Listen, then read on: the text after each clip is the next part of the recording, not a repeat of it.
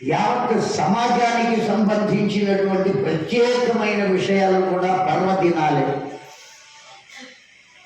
ఆ సామాజికమైనటువంటి పర్వదినం ఏమిటి అంటే ఈ రోజున భ్రూణ హత్య నివారణ దినోత్సవం.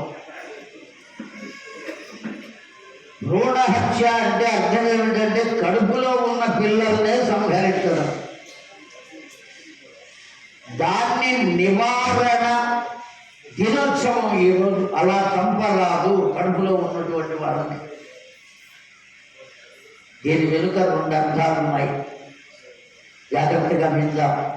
కొంచెం సభలో వినడానికి చెప్పి తీరవలే. ఓ బాధ్యత ఉన్న వ్యక్తిగా చెప్తున్నా. ఈ సమాజంలో నేను కూడా ఒక మనిషిని కనుక భ్రూణ హత్య ఎందుకు ఉండరాదు, మరి ఉండకుండా ఎట్లా? పిల్లలు కలగకుండా ఉంటారా? 10 మంది 20 మంది పిల్లలు పొందారు. పూర్వం 30 మందిని కూడా పొందారు. 30 మంది పిల్లలు ఉన్న వాళ్ళు ఉన్నారు. ఆ వాళ్ళలో 11వ వాడు నాతో పాటు చదువుకున్నాడు. నాతో పాటు చదువుకున్నవాడు పుట్టిన తర్వాత ఇంకెంతమంది పుట్టారు? 19 మంది పుట్టారు. అంతమంది కలిగిన ఏదో ఎగ్జామినేషన్ కాదు ఇది. అంతమందిని పొందిన వాళ్ళు ఉన్నారు. ఇవాళ రోజున అసలు పొందని వాళ్ళు ఉన్నారు చాలామంది. ఈ భ్రూణ హత్య అనేది కడుపులో ఉన్నటువంటి వాళ్ళను పడిన తర్వాత వాళ్ళని చంపరా, పడకుండా ప్రయత్నం చేయాలి అనేదే నివారణ దినోత్సవం అనే దానికి పరమార్థం. ఒకవేళ వాడు పడ్డాడా శిశువు కడుపులో, వాటిని మాత్రం ఛేదించే హక్కు మనకు లేదు. ఇంకొక గొప్ప విషయం కూడా ఉన్నది. మనం ఒకవేళ పిల్లలు కలుగకుండా అనుకుంటా ఆపరేషన్ చేసుకున్నాం, బర్త్ కంట్రోల్ ఆపరేషన్ చేశాం. ఎందుకంటే జనాభా బాగా పెరిగిపోతుంది, ఉండడానికి చోటు లేదు, తినడానికి గతి లేదు, ఇట్లా బీదతనం పెరిగిపోతుంది కనుక సాధ్యమైనంత వరకు కంట్రోల్ చేద్దామని ప్రభుత్వాలు మాట్లాడుతున్నాయి. ఒకానొకప్పుడు నా చిన్నతనంలో రోడ్డు మీద నిలబడిన వాళ్ళను కూడా మెదలకుండా హాస్పిటల్కి తీసుకెళ్ళి బర్త్ కంట్రోల్ ఆపరేషన్ చేసేసారు. కట్టేసిన తర్వాత బూరను మధ్యలో అలా పట్టుకుని అలా నొక్కామండి నెమ్మదిగా. ఇప్పుడు దాని నిండా గాలి ఉన్నది, ఉందా లేదా? మనం ఎక్కడ పట్టుకుని నొక్కామో అక్కడ ఉండవలసిన వాడు పుట్టవలసిన ఆవశ్యకత ఉన్నప్పుడు ఎక్కడో ఒక చోట పుట్టి తీరును. ఇక్కడ ఉన్న గాలి పైకో కిందికో ఎలా సర్దుకున్నదో పుట్టవలసిన వాడు అనుభవించవలసినది ఉన్నది కనుక ఏదో ఒక మార్గంలో వాడు వచ్చి తీరును. వాడు అనుభవించాల హత్యలు చెయ్యరాదు అనేటువంటి భావన చేత ఆ భ్రూణ హత్య నివారణ దినోత్సవం అనేటువంటి ఒక ఉత్సవాన్ని ఏర్పాటు చేశారు. దానికోసం దాన్ని గుర్తు చేసుకోవడం కోసం మాతృ దినోత్సవం, పితృ దినోత్సవం అన్నిటికీ దినాలు పెడుతున్నాం కదండి మనం. కనుక దానికి కూడా ఓ రోజు ఏర్పాటు చేసుకున్నాం. ఈ ఉన్నటువంటి దానికి ఈ మహానుభావుని ఎవరు గుర్తించట్లేదు. మనం అందరం కలిసి మోడీ గారికి లెక్కలు రాద్దాం. సామాజిక లెక్క, సమాజానికి ఏది అందించాలో ఆ సమయానికి దాన్ని గుర్తు చేసుకుని అందిస్తూ అనేక రకాలుగా సేవ చేస్తున్నటువంటి పెద్ద మనిషి. అది మనం ఏం చేయాలో కరపత్రంలో ముద్రించారు. ఆ కరపత్రాన్ని ఓపెన్ చేయడానికి పెద్దల్ని మెడికల్ ఆఫీసర్ గారిని పిలిచారు. వారి కర కమలములతో దీన్ని ఓపెన్ చేయించారు.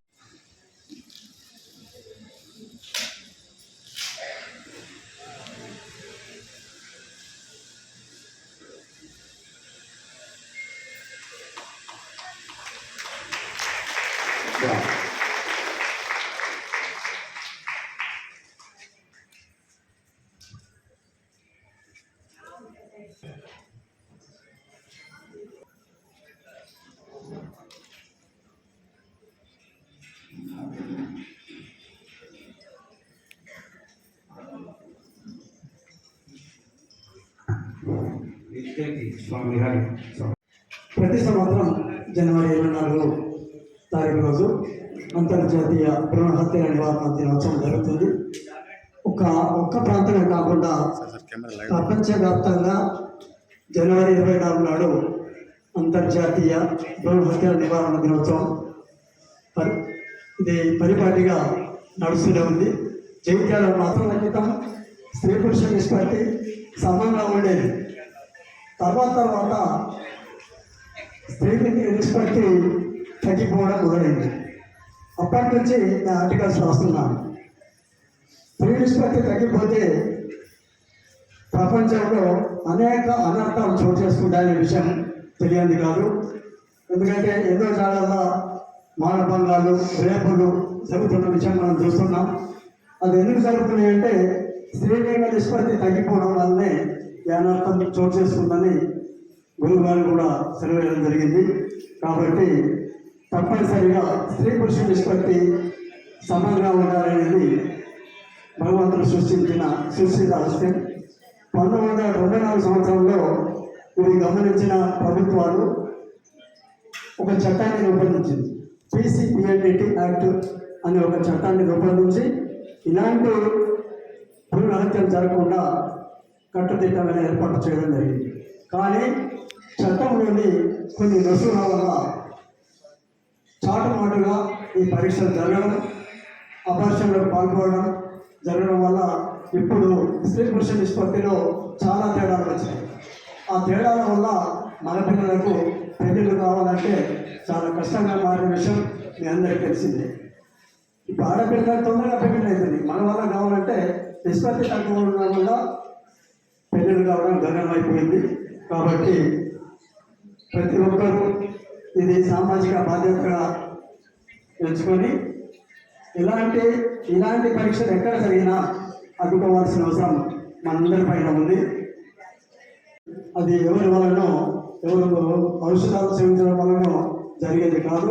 ఈ విషయాన్ని గ్రహించి సృష్టి రహస్యాన్ని అందరూ గ్రహించి ఇలాంటి సృష్టికి వ్యతిరేకమైన పనులు ఎక్కడ జరిగినా ప్రభుత్వాలకు తెలియజేయాల్సిన అవసరం ఎంతైనా ఉందని ఈ సందర్భంగా తెలియజేస్తూ మన ఈనాటి కార్యక్రమానికి మేము కోరగానే గురూజీ గారు మరియు నిర్వాహకులు ఈ కార్యక్రమానికి ఒప్పుకోవడం జరిగింది. అలాగే మేము పిలవగానే వచ్చిన జిల్లా వైద్యాధికారి సుజాత గారు, జిల్లా ఉప వైద్యాధికారి శ్రీనివాస్ గారు మా ఆహ్వానాన్ని మన్నించి ఆవిష్కరణకు రావడం జరిగింది. ప్రతి సంవత్సరం కలెక్టరేట్లో ఈ కార్యక్రమం జరిగేది.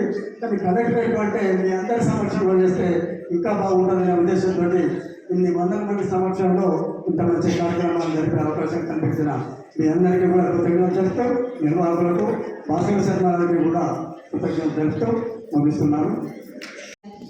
ఈరోజు మీ అందరి మధ్యలో మనం భ్రూణ హత్యల నివారణ దినోత్సవం జరుపుకోవడం చాలా సంతోషంగా ఉంది. ఎందుకంటే మనం చెప్పే మెసేజ్ అనేది అందరికీ రీచ్ కావాలి. ఏమి జరుగుతుంది ఈరోజు సమాజంలో, ఎట్లా ఉంది అనేది తెలిస్తే మనము దాని నివారణ అంటే మనందరికీ అవేర్నెస్ అనేది ఉంటే ఎక్కడైనా ఇలాంటివి జరిగినవి మీ దృష్టికి వచ్చినా కానీ మీరు మాకు చెప్తే మా ద్వారా కూడా అది జరుగుతుంది, అంటే జరగకుండా ఆపవచ్చు. చూస్తున్నాం ఇప్పుడు బాలికల నిష్పత్తి అనేది చాలా తగ్గింది. మనము స్కానింగ్ చేసుకునేది బిడ్డ మంచిగా ఎదుగుతుందా లేదా అని తెలుసుకోవడానికి పెట్టిన దాన్ని వాళ్ళు లొసులుబాటుతోటి ఇవన్నీ చేస్తున్నారు. అంటే మొదలు మనలో మార్పు రావాలి. బాలికైనా, పాప అయినా, బాబు అయినా, ఎవరైనా ఒకటే. అంతేనా కాదు, ఇప్పుడు మనం చూస్తున్నాం. కాబట్టి ఎవరైనా, ఒక బాబు అయినా పాప అయినా ఎవరైనా ఒకటే, వాళ్ళని చదివిస్తే అంతే ఎత్తుకు ఎక్కుతారు. కాబట్టి ఇది మనలో ఉన్న ఆలోచన విధానం. అది మారితే మనం చాలా వరకు ఇవి తగ్గించవచ్చు. 94 నుంచి తీసుకొచ్చాం. మనము ఇంకా చాలా చేయవలసి, అంటే మనలో మార్పు రావాల్సి ఉంది. అందుకనే ఈ రోజు కార్యక్రమం ఇంతమందిలో జరిగితే ఇందులో చాలా మంది ఆలోచన విధానం మారితే మనం చాలా ప్రగతిని సాధించినట్టే దిశగా. కాబట్టి ఈరోజు ఈ కార్యక్రమ నిర్వహణకి నన్ను ఆహ్వానించినందుకు మీ అందరికీ ధన్యవాదాలు తెలుపుతున్నాను. Thank you madam. అలాగే ఇప్పుడు డిప్యూటీ డిఎంహెచ్ఓ గారు శ్రీనివాస్ గారు మాట్లాడుతున్నారు. నమస్కారం. మనకు నేషన్ వైడ్ మనకు 921 అంటే 1000 మంది మగవాళ్ళకి 921 ఆడవాళ్ళు ఉన్నారు. కొన్ని స్టేట్స్లో అయితే, హర్యానా లాంటి స్టేట్స్లో ఎక్కడైతే ఇట్లాంటి భ్రూణ హత్యలు ఎక్కువైతే అట్లాంటి చోట్ల అయితే 850, 840 ఉంది సెక్స్ రేషియో. అందరికీ తెలుసు నష్టాలు, ఎందుకంటే ఈక్వల్గా ఉండాలి. ఒకప్పుడు ఏంటంటే మన జగిత్యాల జిల్లాలో కూడా 1030 ఉండే 1000 మేల్స్ కి 1030 ఉండే ఒక 10 దశాబ్ద కాలం కిందట 1030 ఉండే. క్రమంగా అది పడిపోతా వస్తాం. సో ఇప్పుడు ఏంటంటే మనకు 950 ఉంది. వరుసగా వచ్చే డిఎంహెచ్ఓస్ మనకు అంతకుముందు ప్రమోద్ సార్ కానీ, శ్రీధర్ సార్ కానీ, కృష్ణ సువర్ణ మేడం కానీ రెగ్యులర్ గా ఫాలో అప్ చేయడం వల్ల ఇది 950కి వచ్చింది. సో ఖచ్చితంగా కూడా ఒక నేచురల్ ప్రాసెస్ ఉంటే మాత్రం డెఫినెట్ గా ఆడవాళ్ళే ఎక్కువ ఉంటుంది. మగవాళ్ళ కంటే ఆడవాళ్ళే ఎక్కువ ఉంటారు. 1020, 1030 అని వస్తుంది. ఇక్కడ కూడా సెక్స్ సెలెక్షన్ కాకపోతే, అపార్చునిటీ కాకపోతే, నార్మల్ ఫర్టిలిటీ రేట్ ఉంటే ఎక్కువగా ఉంటారు ఆడవాళ్ళు. సో మేము కూడా డెఫినెట్ గా మా దగ్గర 80 స్కాన్ సెంటర్స్ ఉన్నాయి జగిత్యాల సుమారుగా. అందరూ మేము డిఎంహెచ్ మేడం కానీ ప్రోగ్రామర్స్ అందరూ కూడా స్కాన్ సెంటర్లు విజిట్ చేయడం జరుగుతూ ఉంది. ఇందులో ఫామ్ ఎఫ్ అని ఒకటి ఉంటుంది. ఆ ఫామ్ ఎఫ్ అనేది ఫిల్ చేయాలి. ప్రతి ఒక్క పేషెంట్ ఒక కన్సెంట్ తోని ఫామ్ ఫిల్ చేసుకొని ప్రతి ఒక్కరు కూడా నేను మన సెలెక్షన్ సెక్స్ సెలెక్షన్ నేను అడగలేదు అనేది ఒకటి ప్రామిస్ చేసిన తర్వాతనే రేడియాలజిస్ట్ స్కాన్ చేయాలి. అయితే అబార్షన్స్ చేస్తారో ఆడపిల్లని తెలిసిన తర్వాత వాళ్ళకి డాక్టర్స్ కానీ అంతగా సహకరించిన వాళ్ళకి కూడా జైలు శిక్ష పడుతుంది. అంత చట్టం చాలా శిక్షణ ఉన్న చట్టాలలో, క్రిమినల్ చట్టాలలో పీసీపీడీ చట్టమే చాలా స్ట్రాంగ్. వాళ్ళకే పడదండి, చేసిన డాక్టర్కే కాదు, అది చేయించిన అత్తమామలు కానీ తల్లిదండ్రులు కానీ ఎవరున్నా కూడా వాళ్ళందరూ ఆ జైలు పోవాల్సి వస్తుంది. తర్వాత డాక్టర్స్ కూడా లైసెన్స్ రద్దు చేసే అవకాశం